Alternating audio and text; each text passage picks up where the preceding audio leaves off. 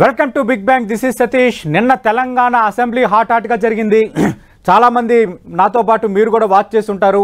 ఈ మధ్యకాలంలో ఈ స్థాయిలో అసెంబ్లీలో హాట్గా ఈ తరహా వాతావరణం చోటు చేసుకోవటం ఇదే తొలిసారిగా మనం చెప్పొచ్చు. ఎందుకంటే మొన్న మనం చూసాం 17 గంటల పాటు అసెంబ్లీ నిర్వహించడం అనేది ఒక రికార్డ్. అయితే నిన్న అటు బీఆర్ఎస్ వర్సెస్ కాంగ్రెస్ మధ్య మాటల యుద్ధం, తర్వాత అసెంబ్లీ లోపట అసెంబ్లీ వెలుపల జరిగిన పరిణామాలు ప్రస్తుతం హాట్ టాపిక్గా కనిపిస్తున్నాయి. ఎక్కడ చూసినా ఇదే అంశంపై ఎక్కువ మంది చర్చించుకోవడం కనిపిస్తోంది.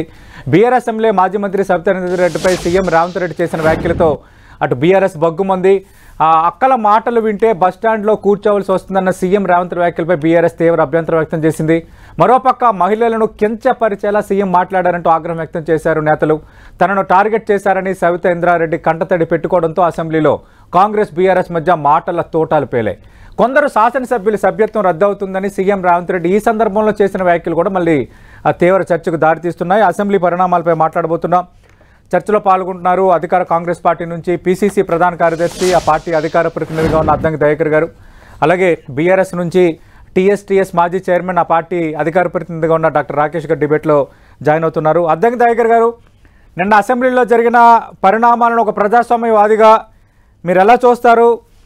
అంటే మహిళలను టార్గెట్ చేస్తున్నారు, స్వయాన ముఖ్యమంత్రి టార్గెట్ చేస్తున్నారు అంటూ నిన్న మాజీ మంత్రి, గతంలో మీ పార్టీలో ఉన్న సబితా ఇంద్రారెడ్డి కంటతడి పెట్టడం, నిన్నటి జరిగిన పరిణామాలపై మహిళలను సీఎంఏ స్వయంగా అవమానించారంటూ ఈరోజు బీఆర్ఎస్ రాష్ట్ర వ్యాప్తంగా ఆందోళనలు పిలుపునివ్వడం, ఏం జరుగుతోంది? పరిణామాలపై మీ కామెంట్ ఏంటి?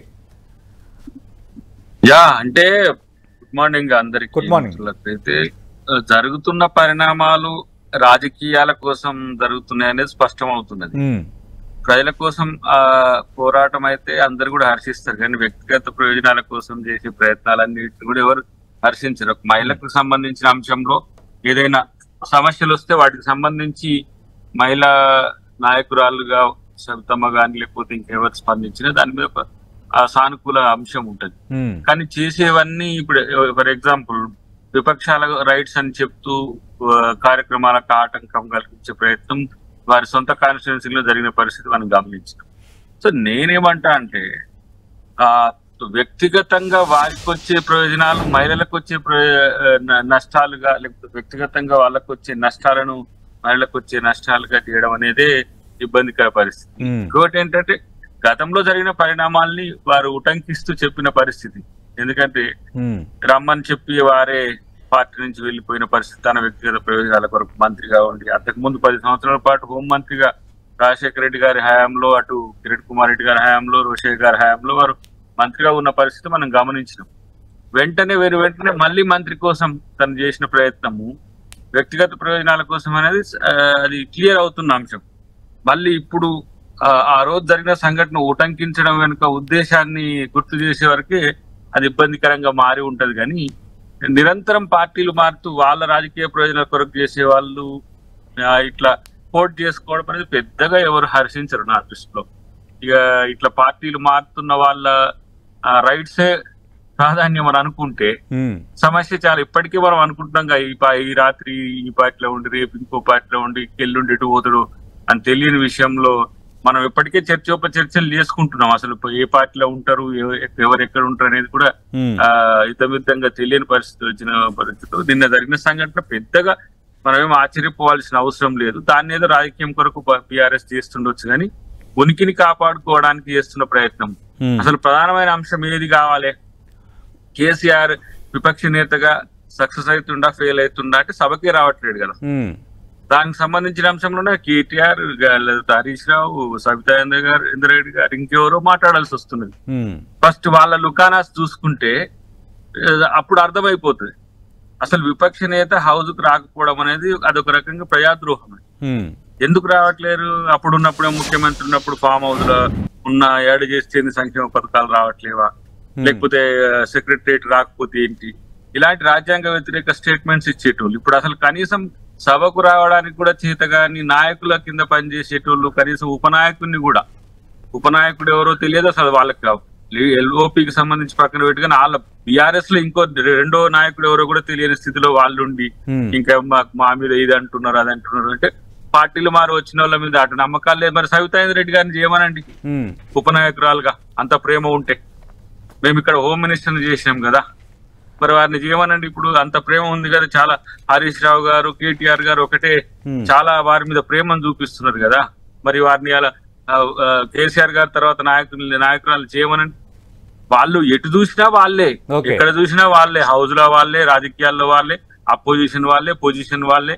కాబట్టి అలా వారి కింద ఉన్న వాళ్ళందరూ కూడా పునరాలోచన పడ్డ సమయంలో సబితా ఇంద్రారెడ్డి గారు మాట్లాడుతున్న తీరు చూస్తే నాకు కూడా ఒక ఇంత ఆశ్చర్యం కూడా అనిపిస్తున్నది. రమ్మని పోవడం అనేది దేనికి సంకేతం? ఒకసారి వారు కూడా ఆత్మపరిశీలన చేసుకుంటే మంచిది. మల్కాజ్గిరి ఎంపీగా ఆ రోజు నిలబడడానికి ఇంకా మీకు చాలా గుర్తు సతీష్ గారు, బలనసాగర్ మూవ్మెంట్ లో ఒకవైపు రేవంత్ రెడ్డి గారు టీడీపీ నుంచి, అవును, నేను దామోదర రాజనరసింహ గారు, సబితా ఇంద్రారెడ్డి గారు, తర్వాత మన ఎవరు నర్సాపూర్ సునీత లక్ష్మణ్, మేమందరం ఒక లైన్ లో మీరు చూస్తారు ఫ్రంట్ పేజీల వార్తలప్పుడు బలనసాగర్ కొట్లాడినప్పుడు సీన్ కట్ చేస్తే వీళ్ళిద్దరు సునీతమ్మ సబితమ్మ ఇద్దరు వెళ్ళిపోయింది. ఇలా ఆ రోజు మంత్రులుగా చేసి ప్రభుత్వం పోయిన తర్వాత ప్రజల పక్షాన్ని నిలబడి కొట్లాడే సమయంలో వాళ్ళు గెలిచినాక పార్టీ మారడం అనేది అది ఇబ్బందికరంగా ఉంది. మహేశ్వరంలో 23 సీట్లు అప్పుడు ఉంటే తర్వాత 18 సీట్లే వచ్చిన, ఆ 18 సీట్లలో కూడా హైదరాబాద్ పెరిఫెరల్లో ఒకటే మహేశ్వరం గెలిచింది. మహేశ్వరం గెలిచిన వెంటనే మల్కాజ్గిరి నువ్వు పోటీ చేయి తమ్ముడు మంచిగా ఉంటదని చెప్పి వారి వెంటనే మంత్రి ఇస్తా అని చెప్తే వెళ్లిపోవడం అనేది అది ఏ రకంగా సమర్థించుకుంటూ ఆలోచించాల్సిన అవసరం ఉంది. అన్నిటికంటే ముఖ్యంగా ఎవరు పార్టీ మారటం లేదు, ముఖ్యమంత్రి కూడా పార్టీ మారే కాంగ్రెస్ లోకి వచ్చారు కదా. అవును, పార్టీ మారడం వేరు.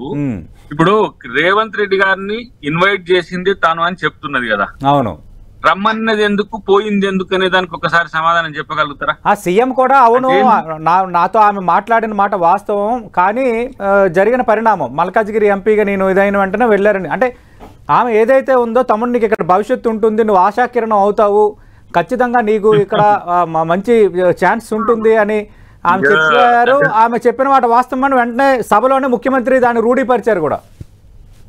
రేపు ఎవరు ఎటు పోయి ఎటు వస్తారో ఏమో మాత్రం కాంగ్రెస్ పార్టీలనే ఉంటా గాని వారు ఆ రోజు పిసిసి ప్రెసిడెంట్ గా ట్రై చేసిండ్రు నాకు తెలుసు. వారే కాదు, సుధీర్ రెడ్డి గారు ఇప్పుడు ఎల్బీ నగర్, అవును, ఆల్మోస్ట్ ఆల్ మేము ఉత్తమ్ రెడ్డి గారు తర్వాత ఎవరు అని అనుకుంటున్నప్పుడు, లేదంటే మనేంది పొన్నాల లక్ష్మయ్య గారు ఎవరు అంటున్నప్పుడు ప్రాబబుల్ లిస్ట్ లో ఉన్న వాళ్ళు వీళ్ళు, ఏది మాజీ మంత్రులుగా సీనియర్ నాయకులుగా వాళ్ళు ఉండి కొట్లాడితే రేవంత్ రెడ్డి గారి కంటే ముందు వాళ్ళే నాయకులు అయ్యేటోళ్ళు. మేము కాము అని చెప్పి ఆహ్వానించిన పిలిచిన తర్వాత ఇప్పుడు రేవంత్ రెడ్డి ఇప్పుడు 4-5 గెలిచే ఉండే, ఆ రోజు భువనగిరి ఉంది, నల్గొండ ఉంది, ఇటు మల్కాజ్గిరి ఉంది, ఖమ్మం ఉంది, వరంగల్ గెలిచే అవకాశాలున్న వాటిలలో ఆ రోజు ఖమ్మం నుంచి వారు పోటీ చేయడానికి ప్రయత్నం చేశారు. నేను వారు కలిసి ఉన్న ముఖ్యమంత్రి గారు నేను కలిసి ఉన్నప్పుడు నువ్వు వరంగల్ దాకా నేను ఖమ్మం పోతాయి, ఇక్కడనైతే ఓడిపోయినాం కదా మళ్ళీ ఎంపీలు ట్రై చేద్దామని చెప్పి నేను రేవంత్ రెడ్డి గారు వ్యక్తిగతంగా ఉన్నప్పుడు ఢిల్లీలో మాట్లాడుకున్న అంశాలు.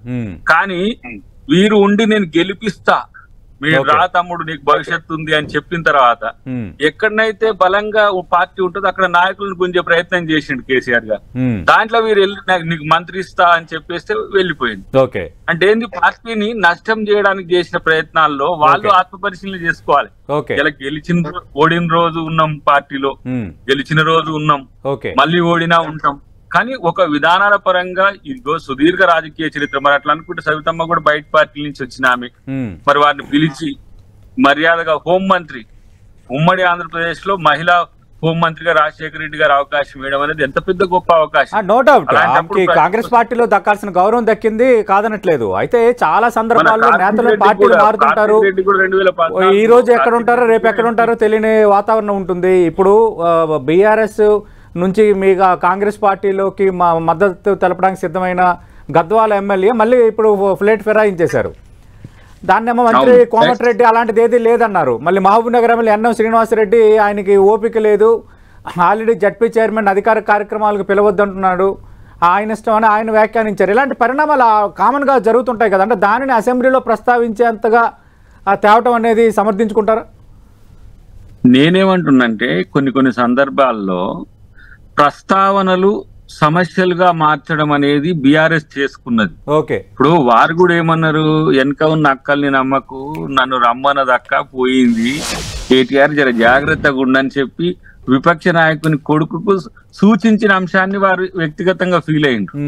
నేనేమంటున్నా అంటే ఎస్, మీకు ఒకవేళ కనుక అది బాధ కనిపించి ఉంటే ఇది సభకు సంబంధించిన అంశంలో సభా నాయకుడు ఇలా చేయాల్సింది కాదు అనేది ఒక చర్చ. అసలే మహిళా లోకానికి అన్యాయం జరిగింది, అక్కలకు అన్యాయం జరిగిందని ఇక ఇట్లా ప్రచారం చేస్తే చాలా సమస్యలు ఇప్పుడు వారు కొని తెచ్చుకున్నట్టే అయితే తప్పితే కొత్తగా ఏం లేదు. ఈ చర్చ రాకపోవు కదా. ఇప్పుడు చరిత్రలో చాలా అంశాలు మరుగున పడే అయితే ఎవరి కూడా రాజపత్ర రహస్యాలు లెక్క ఎంత పడిపోయాయి. ఇప్పుడు చర్చ ముందుకు వచ్చింది. మరి ఆ రోజు నేను రమ్మన్న చూడు, రేవంత్ రెడ్డిని రమ్మన్న నేను, నువ్వు మంచి నాయకుని అయితే అన్న ఆ సంఘటన కనుక వారు ఉండి తన నాయకుని చేసిన, లేకపోతే తనే నాయకురాలుగా ఉన్నా కూడా ఒక మంచి సంస్కృతిని ఇచ్చే అవకాశం ఉండే. బట్ అక్కడ తను కోల్పోయింది. ఇప్పుడు ఓడిపోయినాక టార్గెట్ చేస్తున్నారు అది ఇది అని అంటే, టార్గెట్ చేసుడు కాదు. కాంగ్రెస్ పార్టీలో ఎంతమంది టార్గెట్ అయ్యి జైలు అవ్వటం ఇలా ఊకనే వచ్చింది ఆ పవర్. అంటే కొట్లాడకపోతే రేవంత్ రెడ్డి గారు పోరాడకపోతే ముఖ్యమంత్రి అయ్యేటోడా. కాబట్టి ఇవన్నీ కూడా చర్చ అవసరమే. ఎందుకు కాలమే చర్చను తీసుకొస్తుంది.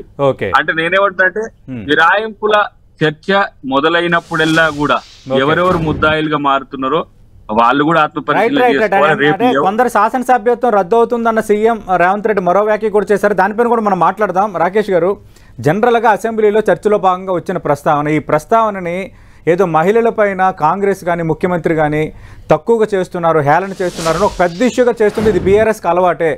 ఎక్కడ ఆమెను టార్గెట్ చేశాము? అసలు ఈ చర్చ రాకపోతే ఆమె గతంలో రేవంత్ రెడ్డితో మాట్లాడింది, రేవంత్ రెడ్డి తాముతో ఏం చేశారు, అలాగే రేవంత్ రెడ్డి ఎంపీగా పోటీ చేసే సమయంలో ఆమె బీఆర్ఎస్ మాట్లాడటం, అసలు ఈ ప్రస్తావనలో వచ్చేవి కాదు కదా. ఇది దయాకర్ గారు ప్రస్తావిస్తుంది. గుడ్ మార్నింగ్ అండి దయాకర్ గారు, సతీష్ గారికి, 10 టీవీ ప్రేక్షకులకు.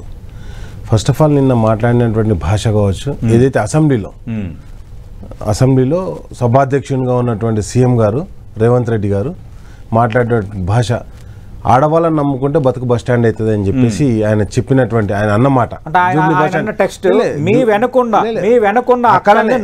అదే మరి అంటే ఆయన చెప్పింది ఏంది, ఎవరైతే కరెక్టే అండి. నేనేమంటున్నా అంటే ఇది శాసనసభ కాదు, శాసనసభలో చర్చించాల్సిన అంశం. నిన్న జరిగిన చర్చ ఏంది, నిన్న కేటీఆర్ గారు రామన్న మాట్లాడిన మాటలేంది, మెట్రో ట్రైన్ ఇక్కడ నుండి ఇక్కడికి ల్యాండ్ అక్విజిషన్ అయ్యి ఉన్నది, మెట్రో ట్రైన్ ఎక్స్టెన్షన్ చేయొచ్చు అని చెప్పిండు. నెంబర్ 1. నెంబర్ 2 వచ్చేసి గతంలో ఏం చెప్పింది అక్క, ప్రధాన పత్రికలు అయినటువంటి 2 మీకు సమర్థవంతంగా మీకు సపోర్ట్ చేసేటువంటి 2 ప్రధాన పత్రికల్లో ఈ నగరానికి ఏమైంది అని చెప్పేసి అత్యాచారాలు పెరుగుతున్నాయి, క్రైమ్ రేట్ పెరుగుతుంది అని చెప్పేసి అక్కడ సబితక్క కావచ్చు, లేకపోతే అక్బరుద్దీన్ ఓవైసీ కావచ్చు, వీళ్ళిద్దరు కూడా ఈ హైదరాబాద్లో లా అండ్ ఆర్డర్ గాడి తప్పుతుంది అని చెప్పేసి మాట్లాడారు. మాట్లాడిన మాటలను వాళ్ళు మాట్లాడినందుకు వ్యక్తిగతంగా తీసుకొని అది కక్ష సభగా నడుస్తుంది తప్పితే శాసనసభగా నడవట్లేదు. ఎందుకంటే మీరు వేసిన కమిషన్లు కావచ్చు, లేకపోతే మీరు మాట్లాడుతున్నటువంటి భాష కావచ్చు, మీరు అక్కడ కంప్లీట్గా టార్గెట్ చేయడం కావచ్చు.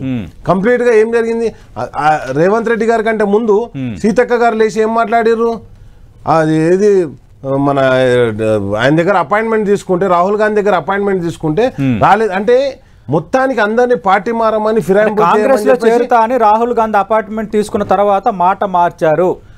సార్ నేనేమంటున్నా అంటే కంప్లీట్ గా ఇక్కడ టార్గెట్ చేసి, వ్యక్తిగతంగా టార్గెట్ చేసి, మీరు అయితే మా ఒత్తిళ్లకు లొంగరా అని చెప్పేసి వాళ్ళని బలవంతంగా నిన్న పోచారం శ్రీనివాస్ రెడ్డి గారు ఇంటికి పోయి కలిసి వచ్చిండు. నేనేమంటున్నా అంటే ఇక్కడ అది శాసనసభగా నడవట్లేదు. పార్టీ నుంచి కాంగ్రెస్ దగ్గర నేనేమంటున్నా అంటే ఏదైతే ఉన్నదో మొత్తం కూడా ఇది కక్షల సభగా నడుస్తుంది తప్పితే శాసనసభగా నడవట్లేదు. కంప్లీట్ గా ఏదైతే ఉన్నదో యాంటీ డిఫెక్షన్ల ఎఫెక్ట్ కాకముందే వెంటనే అందరినీ కలవాలని ఒక కాన్సెప్ట్. అండ్ నెక్స్ట్ వచ్చేసి ఎవరెవరైతే రాలేదో వాళ్ళు ఎవరెవరైతే ప్రశ్నలు లేవనెత్తుతారో అసెంబ్లీలో ఈ అంటే శాంతి భద్రతలు బాగా లేవని చెప్పేసి సబితక్క అన్నందుకు, సబితక్కనేదో మేము చాలా గౌరవించినాం అని చెప్పేసి దయాకర్ అన్న చెప్తుండు. ఏం గౌరవించారన్నా, కేసులు పెట్టిర్రు ఆమె మీద, అక్క మీద కేసులు పెట్టి వేధించిర్రు. రాజశేఖర్ రెడ్డి గారితో సహా ఆ రోజు ముఖ్యమంత్రిగా చేసిన రాజశేఖర రెడ్డి గారి కొడుకు మీద కావచ్చు, రాజశేఖర రెడ్డి కుటుంబం మీద కావచ్చు, రాజశేఖర రెడ్డితో పనిచేసినటువంటి మంత్రుల మీద కావచ్చు, అందరి మీద కూడా కేసులు పెట్టి వాళ్ళందరినీ వేధించినటువంటి దాఖలాలు. ఆ కేసులలో అందరూ సబితక్క కూడా కేసులో వేధించారు. భూగర్భ గనుల శాఖ కాదు, కాంగ్రెస్ పార్టీ ఉండి కాంగ్రెస్ పార్టీ వేధింపులు. శాసనసభలో జరిగినటువంటి చర్చని తీసుకుంటారు కానీ అదే కార్తిక్ రెడ్డి మాట్లాడింది కూడా మనం తీసుకోవాలి కదా. కార్తిక్ రెడ్డి ఒక మాట సాయం అడిగిండు, అన్న నాకు నేను కూడా ఎమ్మెల్యే కాంటాక్ట్ చేస్తా, నాకు కూడా సపోర్ట్ చేయంటే ఆ రోజు నువ్వు చేసింది ఏంది అని చెప్పేసి కార్తిక్ రెడ్డి కూడా ప్రశ్నించిండు కదా. కాబట్టి నేను ఏమంటున్నా అంటే కంప్లీట్ గా ఇది వ్యక్తిగత సభగా నడిపిస్తారు కానీ ముఖ్యమంత్రి గారు రాష్ట్ర అభివృద్ధి గురించో పద్ధతుల మీదనో చర్చ జరగాలని కోరుకోవట్లేదు. పద్ధతుల మీద చర్చ ఒక సమర్థవంతంగా పోతున్న క్రమంలో మాకు అప్పుడు ఇది చేయాలి చిన్నగున్నప్పుడు అది చాలా బాగా చర్చ జరిగింది. మీ పార్టీ కేటీఆర్ దాదాపు గంటన్నరకు పైగా మాట్లాడారు. సార్ నేను ఏమంటున్నా సతీష్ మన రాత్రి తెల్లవారుజాము 3 గంటల వరకు అయింది. సతీష్ గారు నేను ఏమంటున్నా అంటే ఎన్ని గంటల వరకు జరిగినా లాస్ట్ కు దాన్ని తీసుకొచ్చి ఎడ్ చేస్తున్నారు. జరగాల్సిన చర్చ ఏంది, నిన్న మెట్రో ఎందుకు పోలే, ఎయిర్పోర్ట్ దాకా మెట్రో పోతా అంటే ఎందుకు పోనీయలే మీరు, ల్యాండ్ అక్విజిషన్ జరిగిపోయి ఉన్నది, ఫార్మాసిటీ అభివృద్ధి ఎందుకు చేయలే, లా అండ్ ఆర్డర్ ఎందుకు గాడి తప్పింది, ఈ ప్రశ్నలకు సమాధానం చెప్పొద్దు. అంటే వ్యక్తిగత దూషణలు చేయాలి, అది కూడా ఎవరి మీద చేసినా నడవదు కాబట్టి మహిళల మీద చేయాలి. ఓకే, సబితక్కని టార్గెట్ చేసుకొని లేదా సునీతా లక్ష్మారెడ్డి గారిని టార్గెట్ చేసుకొని మహిళల్ని టార్గెట్ చేసుకొని మహిళల్ని నమ్ముకుంటే మా బతుకు బస్ స్టాండ్ అయింది అని చెప్పేసి చెప్పడం ద్వారా ముఖ్యమంత్రి గారు తన అక్కసును వెళ్ళగక్కడం జరిగింది. అంతే తప్పితే ఇక్కడ అన్నదేంది చర్చ శాసనసభలో వ్యక్తిగత దూషణలతో నడుస్తుంది చర్చ. నేనేమంటున్నా అంటే ఈ రోజు మీరు అడిగారు అసలు మీ బడ్జెట్ లో ఏముందని అడిగితే బడ్జెట్ గురించి చెప్పరు. బడ్జెట్ లో మీరు ఏదైతే రైతు రుణమాఫీ చేస్తా అని 31,000 కోట్లు అంటారు, మీరు బడ్జెట్ లో కేటాయించింది 25,000 కోట్లు ఎందుకు కేటాయించారంటే చెప్పరు. లిక్కర్ మీద వ్యాట్ పెరుగుతుంది అని చెప్పారు, వ్యాట్ వచ్చేది దేని మీద, లిక్కర్ మీద పెట్రోల్ మీద, అవి ఎట్లా పెరుగుతాయో చెప్పరు.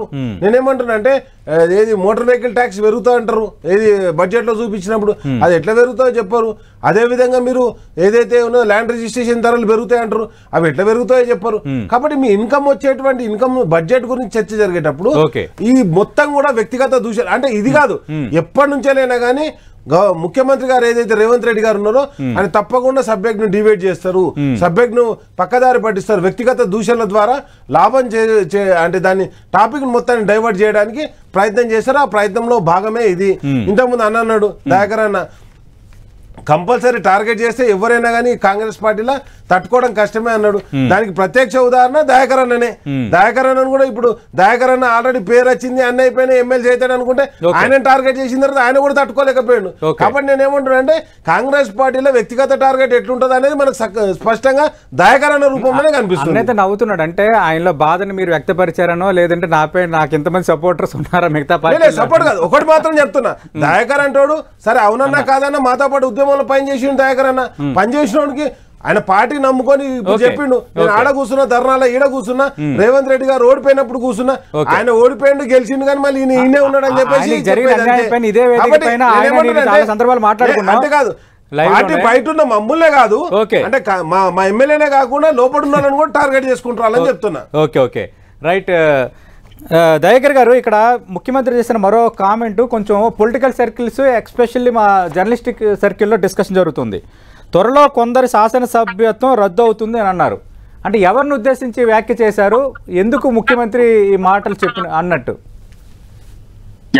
అయితే ఒకటి ముందు చెప్తా, ఇట్లాగ నా గురించి వచ్చింది కాబట్టి ఇప్పుడు సబితమ్మ బయట నుంచి వచ్చి కూడా ఎమ్మెల్యేగా వచ్చి కూడా మంత్రి అయింది.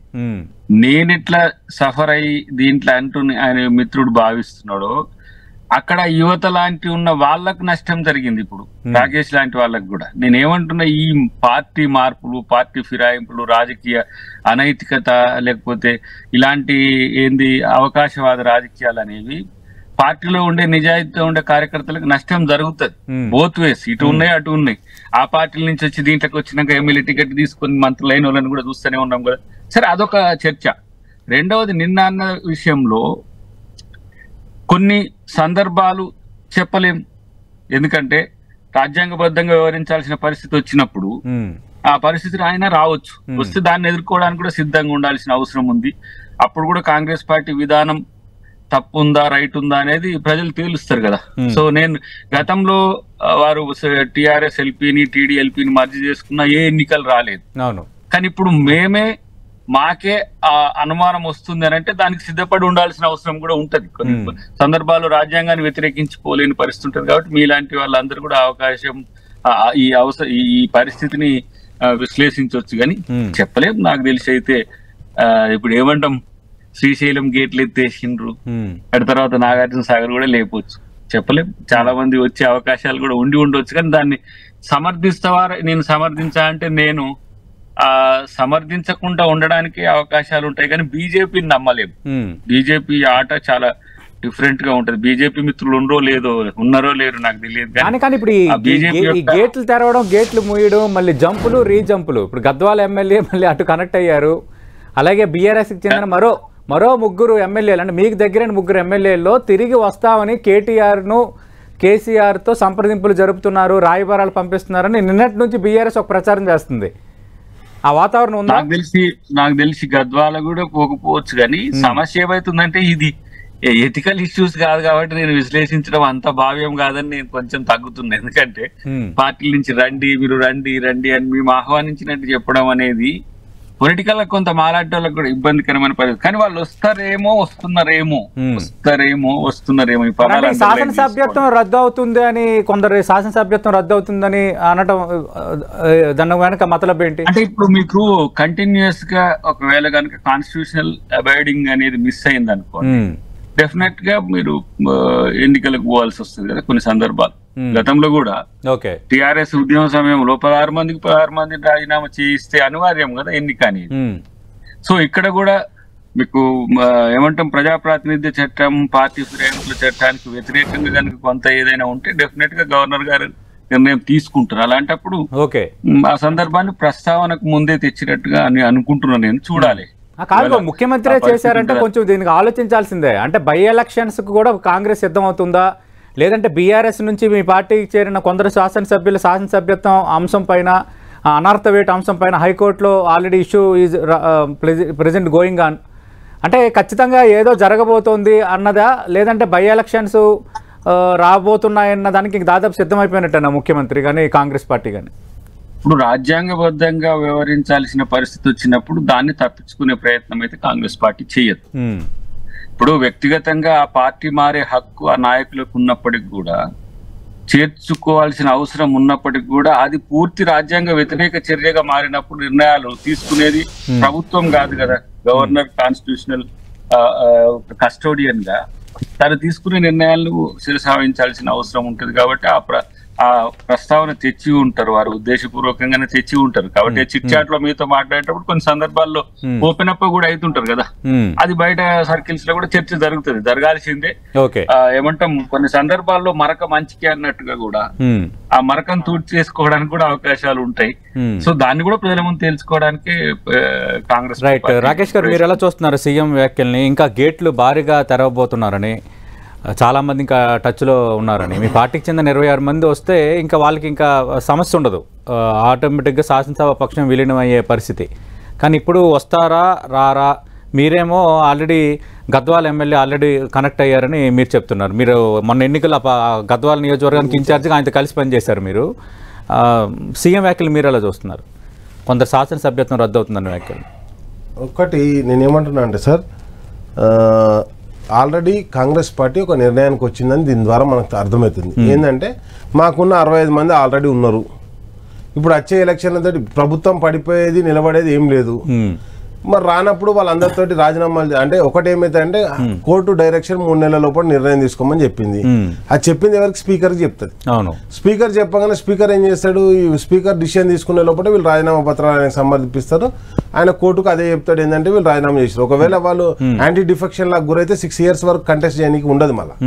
కాబట్టి యాంటీ డిఫెక్షన్ లాగా గురి కాకుండా వాళ్ళు ఏదైనా చర్యలు తీసుకుంటారు అనేది ఒక అంశం సార్, నెంబర్ 1. నెంబర్ 2 వచ్చేసి నేను ఏమంటున్నా అంటే, గతంలో తెలంగాణ ఉద్యమం నడిచేటప్పుడు జేఏసీ పిలుపు కావచ్చు, లేకపోతే కేసీఆర్ గారు పిలుపుని అందుకొని కావచ్చు, ఆ రోజు 10 మంది మా ఎమ్మెల్యేలు ఎవరైతే టీఆర్ఎస్ నుంచి గెలిచిన ఎమ్మెల్యేలు అందరూ రాజీనామా చేసినప్పుడు మాతో పాటు కొంతమంది కలిసి వచ్చి రాజీనామాలు చేశారు.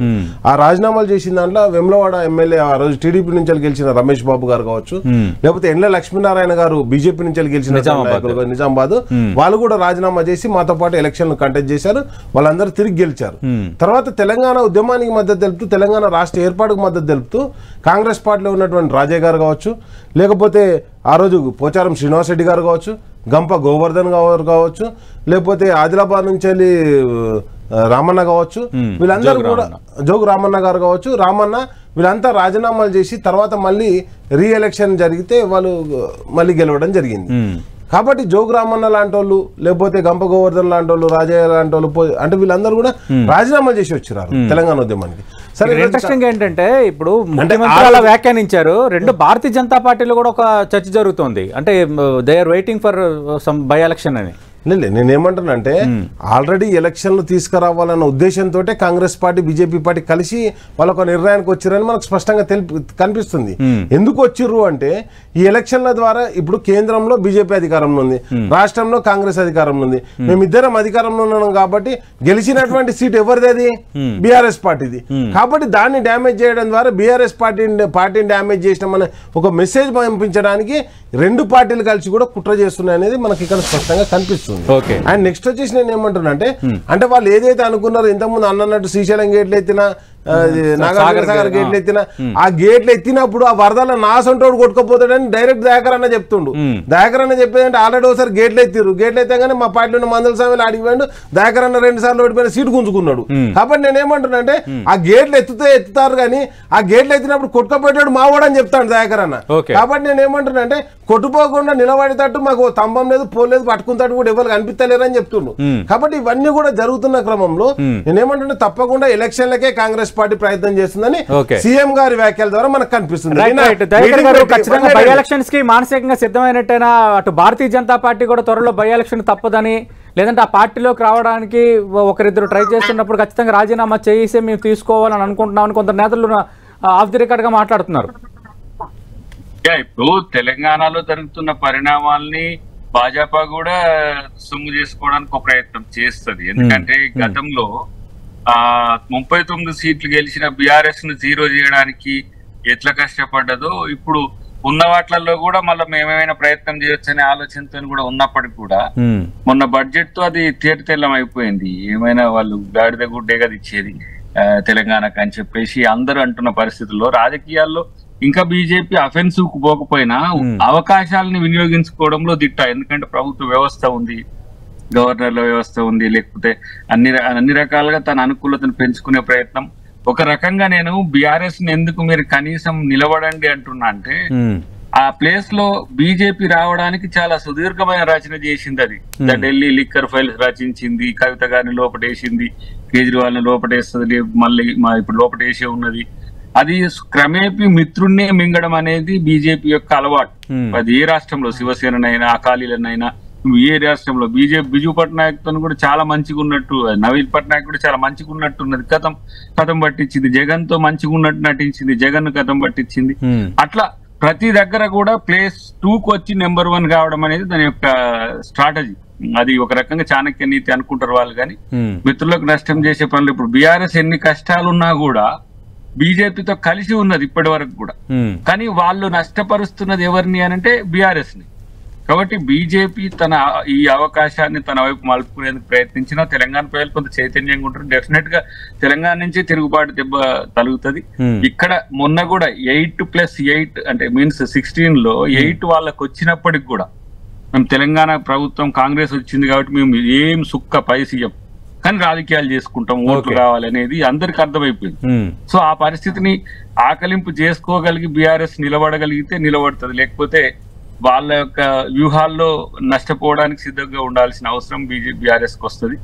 నేనైతే అనుకుంటున్నా వాళ్ళు ఆల్మోస్ట్ ఆల్ నెక్స్ట్ మేము కాంగ్రెస్ వర్సెస్ బీజేపీ కావాలనే ఉద్దేశంతోనే చేసిన ప్రయత్నాలు చాలా చూసినాం. దానికి ఎందుకో అవకాశం ఇచ్చినట్టుగా బీఆర్ఎస్ అనిపించింది నాకు. సో అది దాని నుంచి బయటపడాల్సిన అవసరం ఉంది, లేకపోతే రాజకీయ మనగడే ప్రశ్నార్థకం చేసే ప్రయత్నంలో బీజేపీ చాలా ముందుంటుంది. ఈ వ్యాఖ్యలను చూస్తుంటే బై ఎలక్షన్స్ తప్పేలా లేవు. అది ఇప్పుడు ఒకటి లోకల్ బాడీ ఎలక్షన్స్ అనే ఒక అంశం ఒకటైతే మళ్ళీ బై ఎలక్షన్స్ వస్తే బీఆర్ఎస్ ఎంతవరకు పెర్ఫార్మెన్స్ చేయగలదు అనుకోకుండా మళ్ళీ భారతీయ జనతా పార్టీ అక్కడ కొన్ని సీట్లు గెలిచినా లేదంటే 2వ స్థానం వచ్చిన కొన్ని సీట్లలో ఇక సెకండ్ ఆల్టర్నేటివ్గా మేమనే చెప్పుకునే మరోసారి వాళ్ళకు ఒక ఛాన్స్ దక్కొచ్చు. సార్ నేను ఒకటి స్పష్టంగా చెప్తున్నాను సార్. ఈరోజు ఏమంటారంటే బడే బాయ్ చోటే బాయ్ ఇద్దరు కలిసి చేసిన కుట్రలు. ఎందుకంటే మేము బీజేపీతో ఏ రోజు కలిసి లేము, అందుకే కదా మా కవితక్కలు లోపడేసారు. అలాంటి పరిస్థితి ఉన్నప్పుడు ఈరోజు ఇప్పుడు ఢిల్లీ సీఎం కేజ్రీవాల్ ఎవరితో ఉన్నారు సార్? రాహుల్ గాంధీ తోటి ఉన్నారు. అందుకే లోపడేసారు కదా. అంటే మేము ఏమంటున్నాం, రాష్ట్రపతి ఎలక్షన్ అప్పుడు కూడా కాంగ్రెస్ పెట్టిన అభ్యర్థికే లేకపోతే యూపీఏ పెట్టిన ఇండియా కూటమి అభ్యర్థికే మద్దతు తెలిపినాం.